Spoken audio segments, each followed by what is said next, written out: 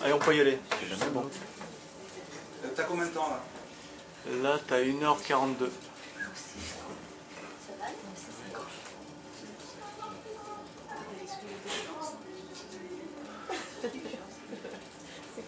Alors, ok, comment? Vas-y. C'est en cours, vas-y. Super. Donc, c'est un... On peut pas mettre plus grand encore? Non, Maxime? Ah oui, d'accord, j'ai compris. Très bien. Si je vous dis, Jésus revient, est-ce que vous êtes d'accord? J'attends une réponse. Lors de l'ascension, ce qu'on appelle l'ascension, vous savez, Jésus monte au ciel, il est une nuée, un nuage, il monte, et un nuage le dérobe à leurs yeux. Alors ils ont les yeux en l'air comme ça, c'est un peu l'église ça, l'église a toujours les yeux en l'air. Et alors qu'est-ce que disent les anges? Des anges qui sont là bien sûr. Pourquoi il y a des anges quand Jésus monte?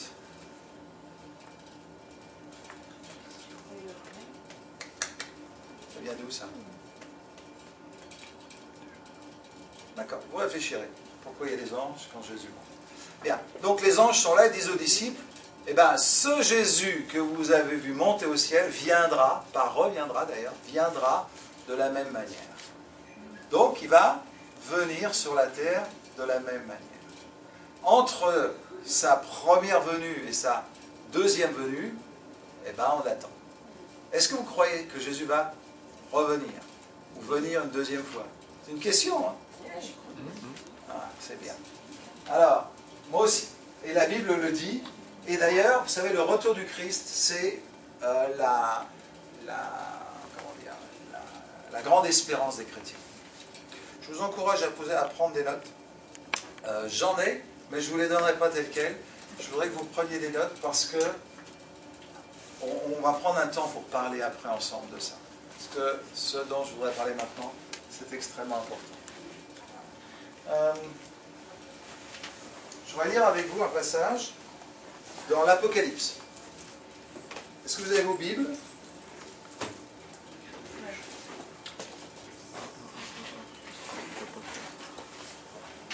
Apocalypse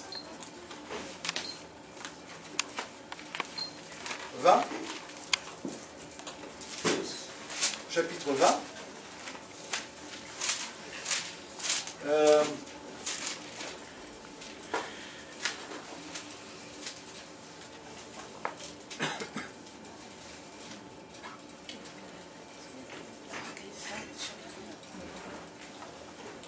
C'est le grand passage problématique de l'Apocalypse, entre autres.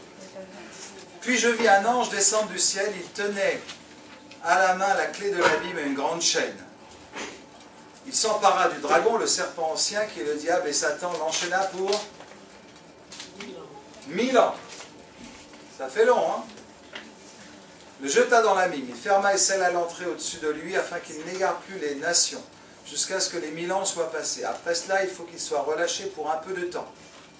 Ensuite, je vis des trônes et ceux qui s'y assis reçurent le pouvoir de juger. Je vis aussi l'âme de ceux qui avaient été décapités à cause du témoignage de Jésus et à cause de la parole de Dieu. Tous ceux qui n'avaient pas adoré la bête ni son image et qui n'avaient pas reçu sa marque sur le front ni sur sa main, ils revinrent à la vie et régnèrent avec Christ pendant 1000 ans. On pense que c'est les mêmes, même 1000 ans. Les autres morts ne revinrent pas à la vie avant que les 1000 ans soient passés. C'est la première résurrection. Heureux les saints, ceux qui ont part à la première résurrection. La seconde mort n'a pas de pouvoir sur eux, mais ils seront prêtres de Dieu et de Christ, ils régneront avec lui pendant 1000 ans. Quant aux 1000 ans, quand les 1000 ans seront passés, Satan sera relâché de sa prison, il sortira pour égarer les nations qui sont aux quatre coins de la terre, Gog et Magog, afin de les rassembler pour la guerre. Elles sont aussi nombreuses que le sable de la mer. Ils montèrent sur toute la surface de la terre et encerclèrent le camp des saints et la ville bien-aimée. Mais un feu venu de Dieu descendit du ciel et les dévora. Le diable qui les égarait fut jeté dans l'étang de feu et de soufre où sont la bête et le prétendu, le faux prophète. Ils seront tourmentés jour et nuit au siècle des siècles. Voilà, donc c'est un des textes qui nous parle du retour de Jésus-Christ. Et particulièrement de cette période de 1000 ans, ce qu'on appelle le millénium. Le thème de l'enseignement, vous vous rappelez, vous avez reçu l'invitation, c'est être prophète dans les derniers temps. Être prophète dans les derniers temps. Et l'objectif, c'est de savoir un petit peu ce que cette réflexion qu'ont eu les théologiens, donc les chrétiens, sur cette fameuse fin des temps. Qu'est-ce qui va se passer et comment ça va se passer? En fait, pour le dire tout de suite, il y a quand même des trous dans nos théologies différentes. Et au fond, ce sont des prophéties. Donc on saura quand même exactement les choses quand elles se passeront. Mais globalement, même plus que globalement, de manière assez précise, on sait ce qui va se passer. Mais, parce qu'on sait ce qui va se passer, il y a 4 grands systèmes d'interprétation des événements de la fin des temps. Je vous rappelle que cet enseignement sera dès lundi sur le site en accès libre. Donc si vous manque quelque chose, vous l'aurez, ne vous inquiétez pas. Vous l'aurez en MP3 et vous l'aurez en vidéo. Donc si vous manque quelque chose, ne vous prenez pas la tête, vous aurez l'occasion de retrouver cela. Alors, le thème c'est ce fameux millénium. 1000 ans, on l'a lu. La première interprétation s'appelle le post-millénarisme. Alors, tout ça, ça parle du retour du Christ. Le Christ revient quand? Avant ces 1000 ans? Pendant ces 1000 ans? Après ces 1000 ans? C'est la grande question. Est-ce que ces 1000 ans existent? Qu'est-ce que ça veut dire? Voilà. Donc il y a une doctrine, une théologie, une théologie, on va dire comme ça. Non, c'est pas une théologie, c'est une doctrine, oui, qui s'appelle le post-millénariste. Le post-millénariste, on va en parler tout à l'heure. Ensuite, donc les post-millénaristes, pour eux, le millénium, le Christ va revenir après le millénium, post, c'est-à-dire après. Donc le millénium, Christ revient après. Donc je vais développer ça. Première façon de voir les choses. Le Christ revient après les 1000 ans. 1000 ans, millénium, c'est pareil. D'accord? Il y a une deuxième doctrine, approche, enseignement, qui s'appelle le pré-millénariste. Alors je vais vous laisser deviner, si le post-millénariste voulait dire post-après, est-ce que donc ce système... Alors, vous savez, il y a un mot, je crois l'avoir écrit tout à l'heure, l'eschatologie. C'est un grand mot, c'est la fin des temps. Qu'est-ce qui se passe à la fin des temps? Voilà, vous allez devenir savant, alors c'est peut-être un peu plus compliqué, mais retenez ça. L'eschatologie, c'est la science de la fin des temps. Qu'est-ce qui se passe à la fin des temps? Vous avez vu des films sur la fin des temps, je suis sûr que les 3/4 qui sont ici ont vu le film par exemple 2012, le jour d'après, etc., etc. Donc ça a formaté notre façon de penser, et en plus, évidemment, c'est les Américains qui ont fait ça, et je vous expliquerai pourquoi. Donc post-millénariste, ça veut dire après le millénium, après les 1000 ans. Pré-millénariste, alors c'est toujours par rapport au retour de Christ. C'est pré-millénariste, ça veut dire quoi? Ça veut dire ça veut dire quoi? Avant. Alors, est-ce que ce système eschatologique, cette façon de comprendre la fin des temps, d'organiser la fin des temps, c'est un système eschatologique, système d'organisation des événements de la fin des temps. Donc voilà, le post-millénariste, c'est un système eschatologique. Le pré-millénariste, ça veut dire que Jésus revient pré. Il revient post, il revient après le millénium, pré, il revient... avant. Bah dites-le, laissez pas tout seul. Il revient donc avant. Voilà, donc il vient et après il instaure un règne de 1000 ans. Voilà, c'est les pré-millénaristes. Et il y a ce qu'on appelle les dispensationalistes. Alors là, les dispensationalistes, ils se donnent comme une variante des prémillénaristes, voire une amélioration du prémillénarisme. En fait, on ne croit pas que ce soit si simple que ça. C'est plutôt un système eschatologique tout à fait particulier, et plus que ça, sans doute même une théologie. Parce que ça ne concerne pas seulement la fin des temps, l'eschatologie, mais bien l'ensemble de l'écriture. Donc ce n'est pas seulement une façon de voir la fin des temps. Et il y a le troisième qui s'appelle l'amillénariste. Alors, am, ça veut dire pas de millénium. Donc c'est pas tout à fait juste parce qu'il croit qu'il y a un millénium, mais je vais le dire tout de suite. Pour les amillénaristes, le Christ revient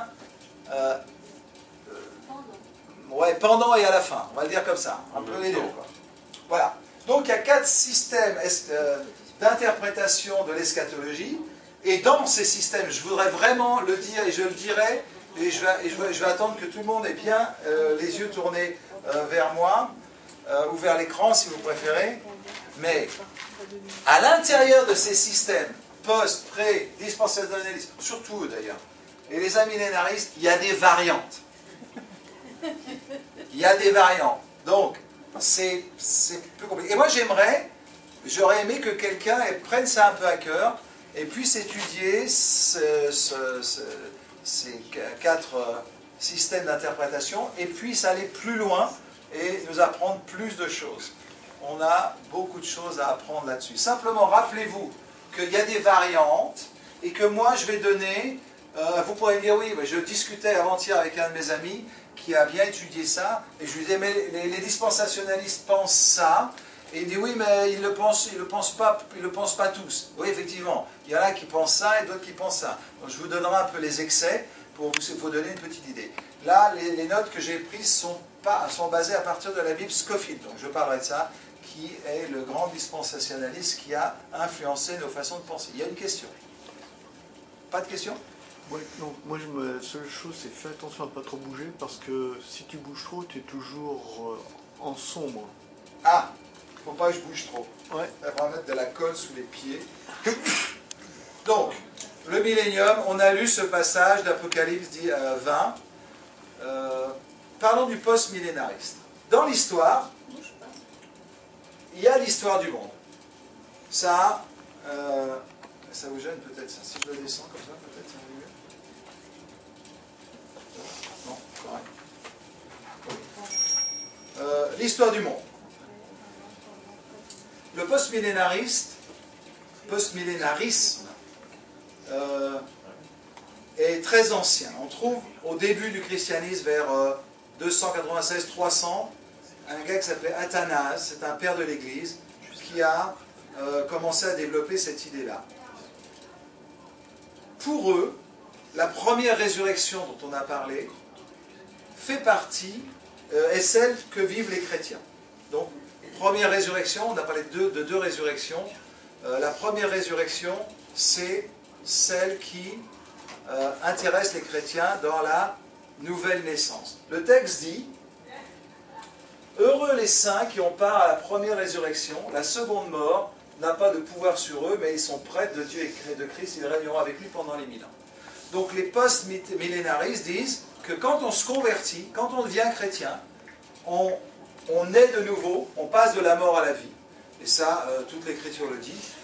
Donc, pour eux, le post-millénariste, pour les post-millénaristes, pardonnez-moi, la première mort, c'est la mort dans le péché, et le passage plutôt du péché à la vie spirituelle en Christ. C'est la nouvelle naissance. Et pour les post-millénaristes, on va le voir, le millénium a démarré. À quel moment le millénium a-t-il démarré? Si le millénium démarre avec la première résurrection, à quel moment le millénium démarre? À quel moment on peut naître de nouveau aujourd'hui? Quel est l'événement? La crucifixion. Ben merci. À partir de la croix et de la résurrection, pour les post-millénaristes, le millénium démarre à la croix. Alors, je voudrais expliquer un petit peu ça maintenant. Donc l'histoire, ça démarre à la croix. La croix, pour eux, est le départ du millénium. Et les post-millénaristes pensent que l'Église va croître et atteindre un âge d'or. L'âge d'or, du christianisme. Ça veut dire que on démarre avec une civilisation, une société dominée par le mal, la méchanceté, etc. Et plus l'Église va prospérer, croître, vous savez, Paul dira que Christ va venir prendre une Église glorieuse. Vous avez lu ça quelque part? Donc la gloire, ça se voit. C'est-à-dire que les post-millénaristes pensent que l'Église va croître en bonté, en gloire, et que le christianisme va éteindre toutes les mauvaises religions, l'islam, etc. Et le christianisme va s'imposer sur la terre comme la religion de la bonté et de l'amour. Et plus ça va se développer, le millénium va arriver. Le millénium, c'est vous savez, c'est là où on trouve l'accomplissement des prophéties sur enfin, dans cette pensée, le lion et l'agneau mangeront de la paille, il ne se fera plus ni tort ni dommage sur la montagne de l'Éternel, on n'apprendra plus la guerre, le petit enfant, il jouera avec le serpent, la vipère, ça ne lui fera pas de mal. Donc, un temps de bénédiction extraordinaire, de félicité éternelle.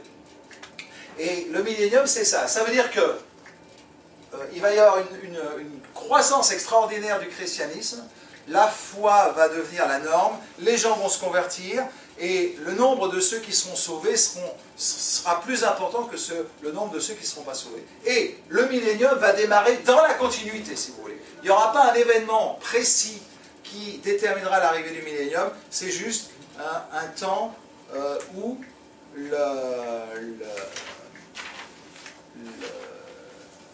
l'Église va, ou plutôt la bonté, le christianisme et l'Église va diriger le monde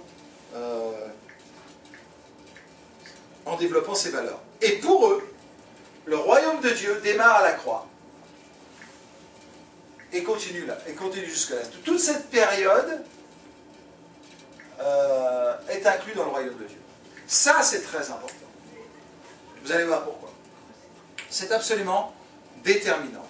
Alors, à la fin de ce millénium, le Christ, après je vais reparler tout ça en vous donnant quelques exemples, le Christ va venir prendre cette église glorieuse, puisqu'elle sera tellement glorieuse, elle aura tellement transformé le monde par sa foi, que il va pouvoir venir à ce moment-là. Évidemment, toute cette période, c'est la période où le Saint-Esprit va agir avec puissance, et suivant le retour du Christ, résurrection et jugement finaux. Alors pour les profs, j'ai bien vérifié, on peut dire finaux et final, mais finaux c'est plus juste. Donc final avec un S, finaux AUX. Bref, de la fin, on va dire comme ça, fin et fienne, hein, pour ceux qui ont déjà faim. C'est... Alors, on a appelé écoutez-moi, on a appelé cette compréhension de l'eschatologie, cette organisation, la théologie, l'approche optimiste. Je voudrais vous dire quelque chose d'extrêmement important, parce que si je fais ce petit enseignement, c'est que je poursuis un but bien précis. Je ne vais pas vous demander de choisir entre les différents systèmes d'interprétation, ce n'est pas du tout mon objectif. Vous choisissez celui que vous voulez, mais j'ai un objectif et je vais vous le dévoiler petit à petit. Ceci dit, je voudrais que vous vous souveniez d'une chose. Il en sera fait selon quoi? Notre foi. Votre foi. Ce que vous croyez. Si vous croyez que l'Église va devenir glorieuse, eh bien vous allez vivre ce que vous croyez. Et alors juste pour citer j'ai expliqué un petit peu comment le post-millénarisme, démarre, je vous dis, en 200 ou 300 après Jésus-Christ, c'est-à-dire au début de l'ère chrétienne, quand on a commencé à se poser des questions sur l'eschatologie. Voilà. Et les catholiques, particulièrement avec Augustin, ont développé l'Église catholique romaine, j'entends bien, parce que catholique ça veut dire universel, donc on est tous catholiques ici, hein. Mais l'Église catholique romaine est post-millénariste. Alors, qu'est-ce que ça a donné dans l'histoire? Vous savez, ce fameux contraint-lait d'entrée, vous vous rappelez dans la Bible, ceux que tu trouves sur les chemins, contrains-les d'entrer, oblige-les à entrer dans le royaume.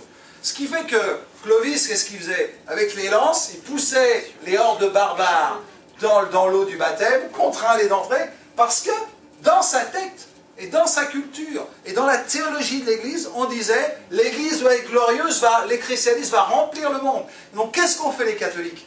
Eh bien, ils ont rempli le monde de leur foi à cause de leur théologie. Et qu'est-ce qu'ils ont fait? Ils ont dit, bah, pour que l'Église soit glorieuse, pour que l'Église devienne une source de bonté, de bénédiction, qu'est-ce qu'ils ont fait?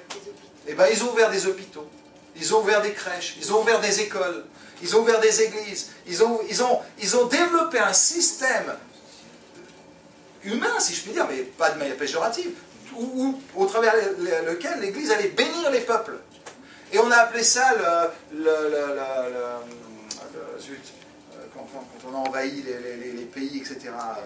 La colonisation. Mais derrière l'idée de la colonisation, il n'y avait pas d'abord l'idée de prendre il y avait aussi ça. Mais l'idée de l'Église catholique, c'était parce que pour elle, et plutôt pas que pour elle, mais pour cette façon de penser, l'Église doit se répandre. Et elle doit se répandre de manière glorieuse.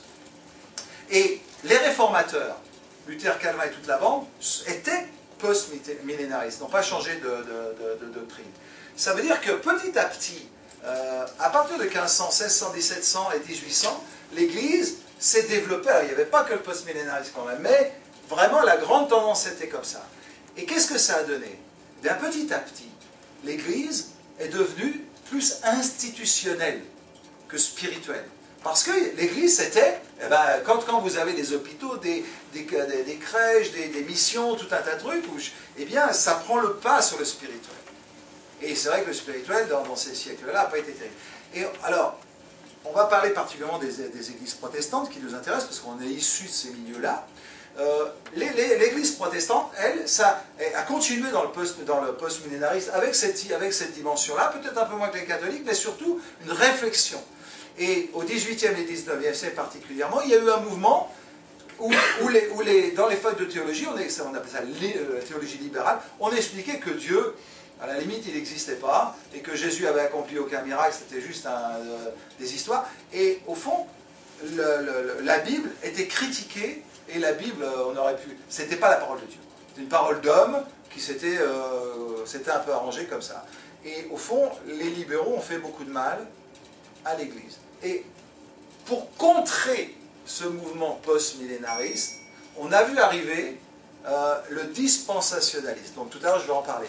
Mais le dispensationaliste, il avait entre autres deux caractéristiques extrêmement importantes. Ils ont dit, il faut prendre la Bible à la lettre. Alors après ça a donné bien des excès, mais tout d'un coup c'était plus une parole d'homme qui avait été écrite par des hommes, etc. Non, c'était la parole de Dieu, que Dieu avait inspirée à des hommes, mot à mot, pour qu'ils écrivent avec leur culture, leur connaissance, leur nature, oui, mais quand même, c'était parole de Dieu, c'était pas des hommes qui avaient écrit ça, premièrement. Et deuxièmement, ils ont dit, Christ va revenir.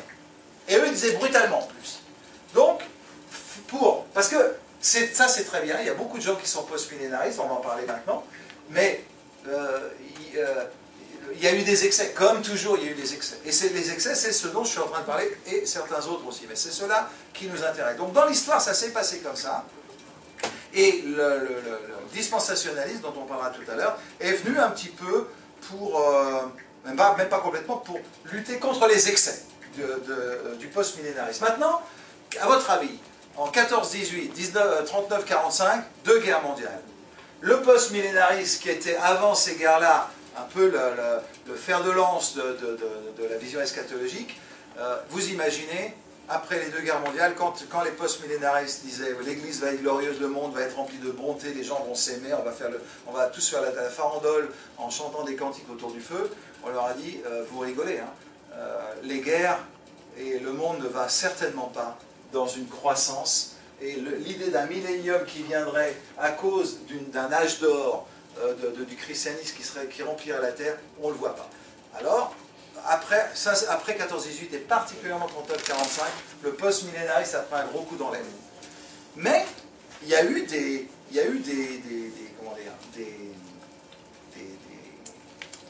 événements qui s'étaient... Enfin, il y a eu une histoire, et je vais raconter deux histoires maintenant, parce que je voudrais vous lire un texte que j'ai trouvé. Alors, David m'avait conseillé plusieurs livres pour faire cet enseignement, en plus de différentes choses, donc c'est un espèce de pot pourri de tout ce que j'ai pu rassembler.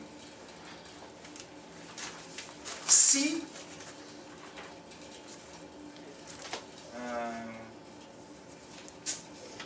faut pas que j'aille trop vite, mais imaginons qu'ils aient raison. Si vous croyez ça, vous allez vivre ça. Si vous ne croyez pas ça, vous n'allez pas vivre ça. Moi, j'aime bien. J'aimerais bien de temps en temps m'accrocher à ça. Parce que on ne sait pas s'ils ont complètement raison, s'il ne faut pas mélanger les temps. On ne sait pas trop comment il faut faire. Mais quoi qu'il en soit, si c'est comme ça que ça va marcher, c'est quand même vraiment intéressant. Alors, on a écrit récemment un des grands théologiens post-millénaristes, on lui a dit, mais est-ce que tu crois quand même avec le monde qu'on voit aujourd'hui, c'est pas en perte de vitesse? Il a dit oui, peut-être. Mais les autres systèmes d'interprétation de l'eschatologie ont aussi leur haut et leur bas. Et c'est pas parce qu'on a un bas actuellement que Dieu ne peut pas changer les choses. Et à partir de 2020, commencer à faire en sorte que l'islam recule, que la méchanceté recule, que l'évangile se répande. Pourquoi pas? Donc, ne jetons pas tout de suite le bébé avec l'eau du bain. Maintenant, je vais vous donner quelque chose que vous connaissez, parce qu'il y a quelqu'un au milieu de nous qui, sans le savoir, je pense, a ça dans la tête. C'est-à-dire en arrière-plan, vous savez, le truc qui tourne, comme un fichier sur Internet, un dossier qui tourne, il y a ça qui tourne dans sa culture chrétienne, sans qu'elle le sache. C'est une femme. Donc je ne vais pas dire son nom, parce que comme ça passera sur Internet, je ne veux pas comme ça, mais vous la connaissez. Et je vais vous raconter comment ça s'est passé. Ce mouvement post-millénariste s'est aussi beaucoup développé aux États-Unis. Alors, ça a été repris dans les années 80-90 par les mouvements de la libération en Amérique du Sud. Ça a aussi donné la théologie de la prospérité, ça. La doctrine, vous savez, ça je suppose une théologie d'ailleurs. C'est l'évangile de la prospérité. Voilà. Ça vient de là. Mais aux États-Unis, ça s'est particulièrement développé. Et qu'est-ce qu'on dit les Américains? Alors, j'ai pas pris la note, mais qu'est-ce qu'on dit les Américains? Et j'avais noté ce qu'avait dit un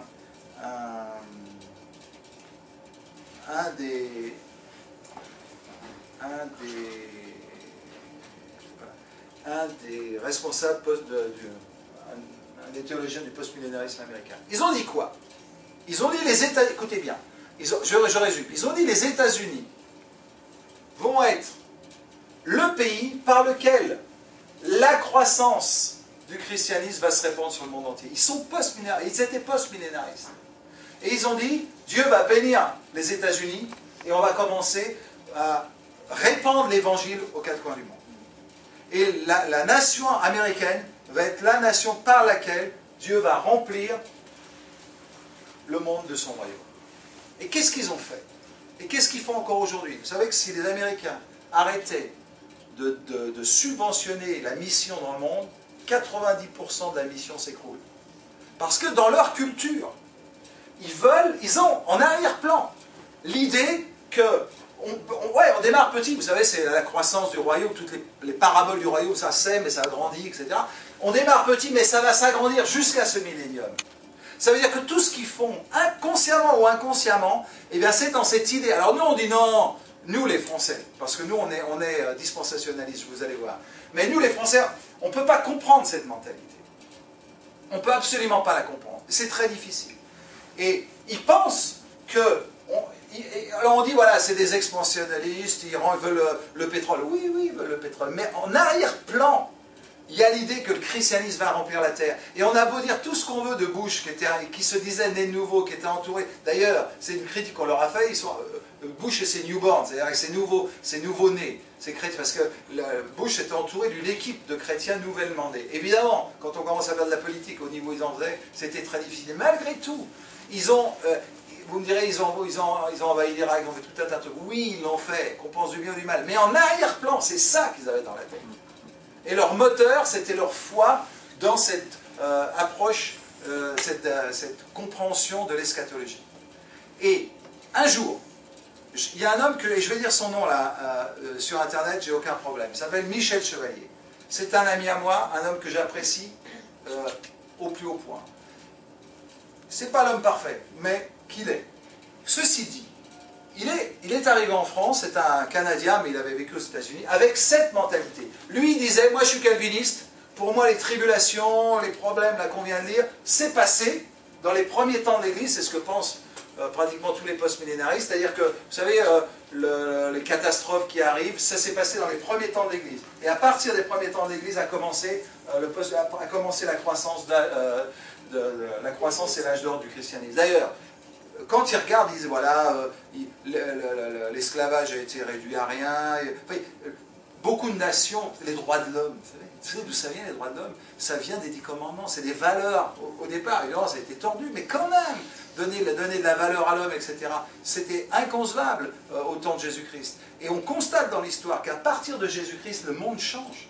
Et ça, c'est indéniable, le monde change. La méchanceté diminue, etc. Alors, Michel, il pensait que toutes ces choses étaient finies, qu'il était rentré, il rentrait dans un âge d'or. Et tout ce qu'il faisait, c'était pour ça. Tout ce qu'il faisait, c'était pour ça.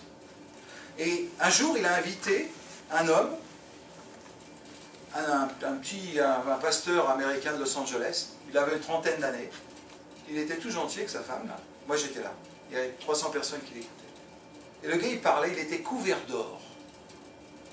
La gloire de Dieu remplissait la vie. Il y avait 300 personnes, on a entendu une mouche voler. Et le gars, il racontait des trucs incroyables. Des choses qu'il vivait, quand je vous dis, incroyables. Et plusieurs fois, il arrive au sud de Los Angeles avec sa voiture dans les embouteillages, c'est quand on arrive à Paris. Et boum, comme il devait aller au nord, il se retrouve immédiatement au nord. Et lui, il disait ce que je vais vous lire. Ça, c'est un texte que j'ai pris d'un post-millénariste. D'après les exemples ci-dessus, donc il explique un peu tout ce que je suis en train d'expliquer, nous obtenons un aperçu des